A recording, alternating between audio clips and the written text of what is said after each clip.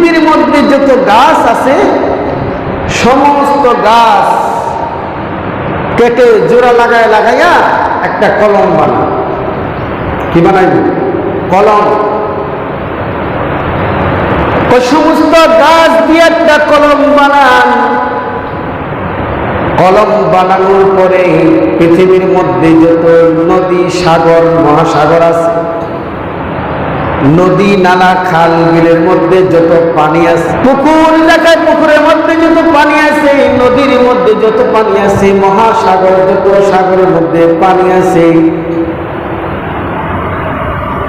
অর্থাৎ সমস্ত সাগরের পানি দিয়া তুমি, এই পানি দিয়া তুমি কালি বানাও।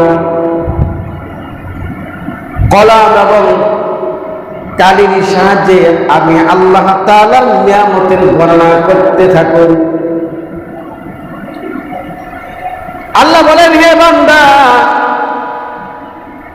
তুমি আমার নিয়ামত লিখতে লিখতে লিখতে লিখতে তোমার কলমের কালি শেষ হয়ে যাবে, সাগরের পানি শেষ হয়ে যাবে, সমুদ্রের পানি শেষ হয়ে যাবে, নদী নালার পানি শেষ হয়ে যাবে, পৃথিবীর সমস্ত পানিগুলা শেষ হয়ে যাবে, তবু আমার নিয়ামত লেখা তোমার শেষ হবে না।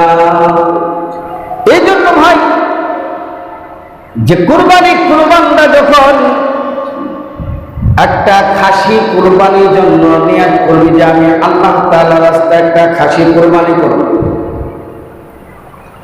ইচ্ছা ছিল একটা গরু কুরবানি দেওয়ার মতো, কিন্তু সামর্থ্য নাই, মনে খুব বড় আশা যে গরু কুরবানি করলে আমার আমলনামা আরো সওয়াব উঠে যাবে, কিন্তু আমার অর্থ নাই, অর্থ না থাকার কারণে আমি একটা খাসি কুরবানি আল্লাহর রাস্তা দিই। আল্লাহ রাসূল বলেন, কোন বান্দা যখন একটা খাসি কুরবানির জন্য নিয়ত করবে, খাসির পিঠির মধ্যে যত পশম আছে, এক একটা পশমের বিনিময়ে এক একটা নেকি বান্দার আমলনামা লিখে দেয়া। এবার বলতে পারেন, আমাদের এই খাসি কুরবানির জন্য দেওয়ার মতো অর্থ সম্পদ আমার কাছে নাই, আমার মন চায় আমি আল্লাহর রাস্তায় কুরবানি করব, কিন্তু অর্থ দেয় নাই। আল্লাহ পাক বলেন, ইয়া আইয়ুহাল্লাযীনা আমানু ইযা নুদিয়া লিস-সালাতি মিন ইয়াউমিল জুমআহ, যাদের কুরবানি দেওয়ার মতো সামর্থ্য নাই, অর্থ নাই, আল্লাহ বলেন, হে বান্দারা, সপ্তাহে একটা দিন আছে, নাম হলো কি? জুমার দিন।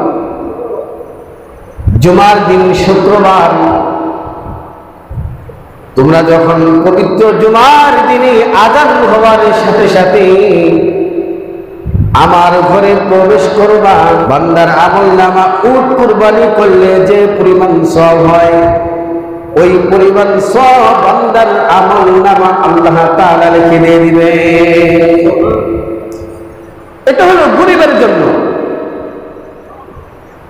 হজ করার মতো সামর্থ্য তাদের নাই, যারা হজ করতে পারে নাই, মনটা চায় কাবা ঘর দেখার জিয়ারত করার জন্য, নবীর রওজা জিয়ারত করার জন্য মনটা কার না চায়? সবারই তো চায়, তাই না? কিন্তু অর্থ নাই, অর্থ না থাকার কারণে কাবা জিয়ারত করার ভাগ্য নাই। কিন্তু মৃত্যুর আগ পর্যন্ত বান্দা নিয়ত করবেন, মালিকের কাছে দোয়া করবেন, ওগো মালিক, তুমি আমাকে অর্থ দাও, সম্পদ দাও, তোমার কাবা ঘর জিয়ারত না করাইয়া তুমি আমাকে মৃত্যু দান করিও না। তুমি আল্লাহর কাছে দোয়া করতে থাকো। যারা গরিব অসহায়, ওদের জন্য আল্লাহ পাক বলেন, বান্দা, শুধু তোমার আমলনামা আমি কুরবানির সওয়াব দান করি নাই, আমলনামা আমি আল্লাহ তাআলা হজ কবুলিয়ত, হজ সব তোমার আমলনামা আমি আল্লাহ তাআলা লিখে দেবে। এমন হজ না যে হজটা কবুল হয়েছে, কবুলিয়ত হজের সব বান্দার আমলনামা লিখে দিয়ে দিবে।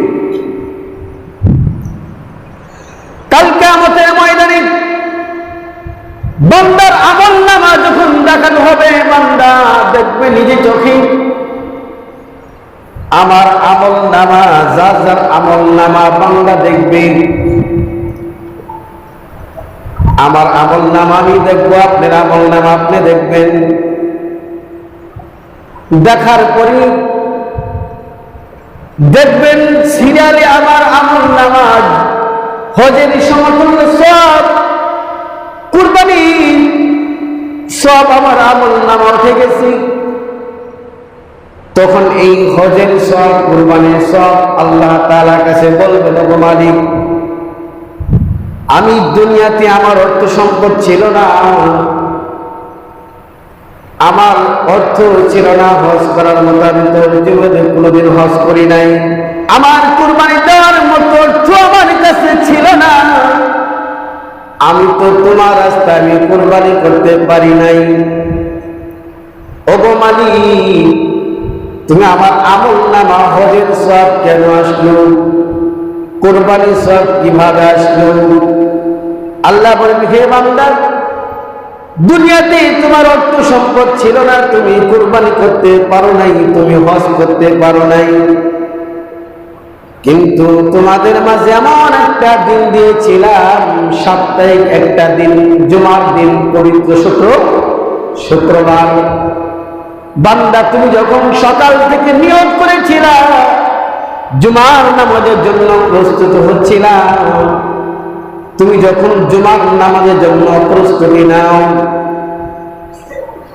যখন প্রস্তুতি নিয়ে মুয়াজ্জিন সাহেব যখন আল্লাহু আকবার বলেছে, আল্লাহু আকবার বলে ডাক দিয়েছে, ডাক দেওয়ার সাথে সাথে বান্দা তুমি সর্বপ্রথম মসজিদের ডান পাওটা যখন পাড়া দিয়ে দিয়েছ, আমি আল্লাহ তাআলা তোমার আমল নামা, কুরবানি সব, হজের সব, তোমার আমল নামা আমি লিখে দিয়েছি।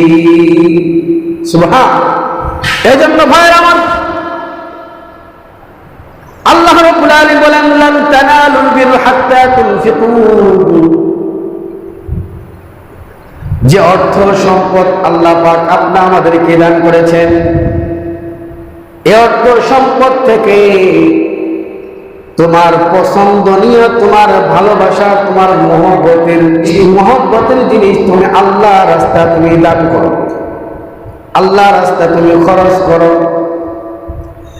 এখন আমরা এমন মুসলমান হয়েছি, কোন বান্দা যখন মসজিদে দান করে, দান করার ক্ষেত্রে দেখা যায় যেই টাকাটা দোকানপাটে চলে না, রাস্তা হাট বাজারে চলে না, যেই টাকা আমি বাজারেও চালাইতে পারি না, দোকানেও চালাইতে পারি না, এই টাকাটা অথচ মনে মনে ধারণা করি না, এই টাকাটা চলবে না। এক দোকানদার, দুই দোকানদার, তিন দোকানদারে দিয়েছি, কিন্তু প্রত্যেক দোকানদার এই টাকাটা গ্রহণ করে না, নেয় না, বলে চলে না, এটা চলে না, দোকানদার ফিরে দেয়। তখন মনে মনে চিন্তা করি, চালানোর একটা জায়গা আছে, এই টাকা চালানোর মতো একটা জায়গা আছে, জায়গাটা হচ্ছে মাদ্রাসা এবং মসজিদ। মসজিদের দান বাক্স খুললে দেখা যায় যে সিরা ফারা তালে দেওয়া, এই টাকাটা চালাইতে পারে না বিদায় এই টাকাটা মসজিদে দান করছে। আমার লোক আছে না নাই? আছে না? মাদ্রাসা টাকা দান করে, হুজুরকে বলে, হুজুর দেখুন তো এই টাকাটা চালাইতে পারেন কিনা। ও ভাই, আপনার মুসলমান দাবি করি, কিন্তু নামের মুসলমান, এখনো মনটা তাকওয়া অর্জন হয় নাই। তুমি যখন আল্লাহ রাস্তা দান করবা, তুমি যখন মসজিদ, মাদ্রাসা, কোনো ব্যক্তিকে তুমি যখন সহযোগিতা করবা, তোমার পছন্দনীয় যে জিনিস, তোমার কাছে যেটা ভালো লাগে, ওই জিনিসটা তুমি অন্যকে দান করো, ওই জিনিসটাই তুমি আল্লাহ রাস্তা দান করে দাও। আমার কাছে দুইটা 10 টাকার নোট আছে, মনে করে একটা নোট ছিঁড়া আর একটা নোট চকচকা, এরকম থাকে না? তখন চিন্তা করেন যে আমি কোন টাকাটা দিব, খারাপটা দিব না ভালোটা দিব, ছিঁড়াটা না নতুনটা? 10 টাকা নোট দুইটার মধ্যেই বান্দার পরিচয়, বান্দার তাকওয়া।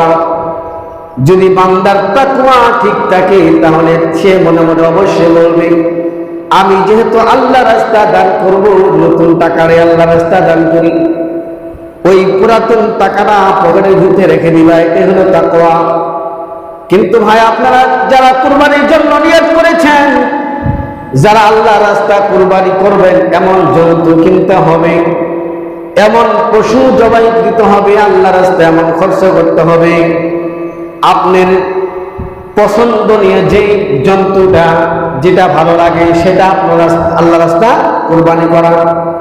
এমন গরু কুরবানি করা নাই যে গরুটা অচল হয়ে গেছে, যে গরুটার লেজ নাই, যে গরুটার পা নাই, যে গরুটা অসুস্থ। এই গরু দিয়ে হাল চাষ করা যায় না, কোনো কাজ আসে না। এই গরুটা শেষ পর্যায়ে আল্লাহ রাস্তা কুরবানির জন্য নিয়ত করে ফেলে। এই গরুটা দুধ দেয় না, এই গরুটা হাল চাষ করা যায় না, এই গরুটা বাজারে নিয়ে গেলেও বিক্রি করা যায় না, এই গরুটা অসুস্থ, ডাক্তার দেখাইতে দেখাইতে দেখাইতে দেখাইতে টাকা শেষ, কিন্তু তারপর গরুটা ভালো হয় না। এই গরুটা শেষ পর্যায়ে অচল হয়ে যায়। এখন মনে মনে নিয়ত করি, সামনে তো কোরবানি আসতে আসতে, কোরবানির জন্য এটা নিয়ত করে ফেলি। এরকম নিয়ত যদি হয়ে যায় তাহলে আপনার কোরবানি আল্লাহ পর্যন্ত পৌঁছেবে না। এটা কোরবানি না, এটা শুধু অচল মালটাকে আল্লাহ রাস্তায় চলায় দেওয়া। এটা কুরবানি বলে না, এটার নাম কুরবানি না। এই জন্য ভাইয়ের আমার, আল্লাহ রাস্তা দান করতে হবে খালেস নিয়তে, আল্লাহ রাস্তা কুরবানি করতে হবে খালেস নিয়তে। কোন মানুষকে যদি সহযোগিতা করেন, খালেস নিয়তে সহযোগিতা করতে হবে। কোন মানুষকে যদি ভালোবাসেন তাহলে খালেস নিয়তে ভালোবাসতে হবে। একমাত্র মালিককে রাজি খুশি করার জন্য আমি একজন মানুষকে ভালোবাসি। আল্লাহ বলেন, ওই বান্দা যেহেতু আমার বান্দাকে ভালোবাসে, ওই বান্দাকে ভালোবাসার কারণে আমি আল্লাহ তাআলা ওই বান্দাকেও ভালোবাসি। আমি যখন একজন মানুষকে ভালোবাসবো তখন আল্লাহ পাক আমাকে ভালোবাসবে। আমি যখন আল্লাহকে ভালোবাসবো আল্লাহ আমাকে ভালোবাসবে। আমি যখন আল্লাহ রাস্তা নিয়ত করব যে আমি আল্লাহ রাস্তা কুরবানি করব, নিয়ত যদি সহি থাকে কুরবানির ব্যবস্থা অটোমেটিক ভাবে হয়ে যাবে। আর যদি নিয়ত গরমিল থাকে তাহলে কুরবানি দিব কি দিব না এমন যদি ভাব থাকে তাহলে কুরবানি আপনার দ্বারা হবে না। এই জন্য ভাই, যাদের অর্থ সম্পদ আল্লাহ পাক দিয়েছেন, আমরা সকলেই কুরবানি খালেস নিয়ত করব, কুরবানির জন্য খালেস নিয়ত করব।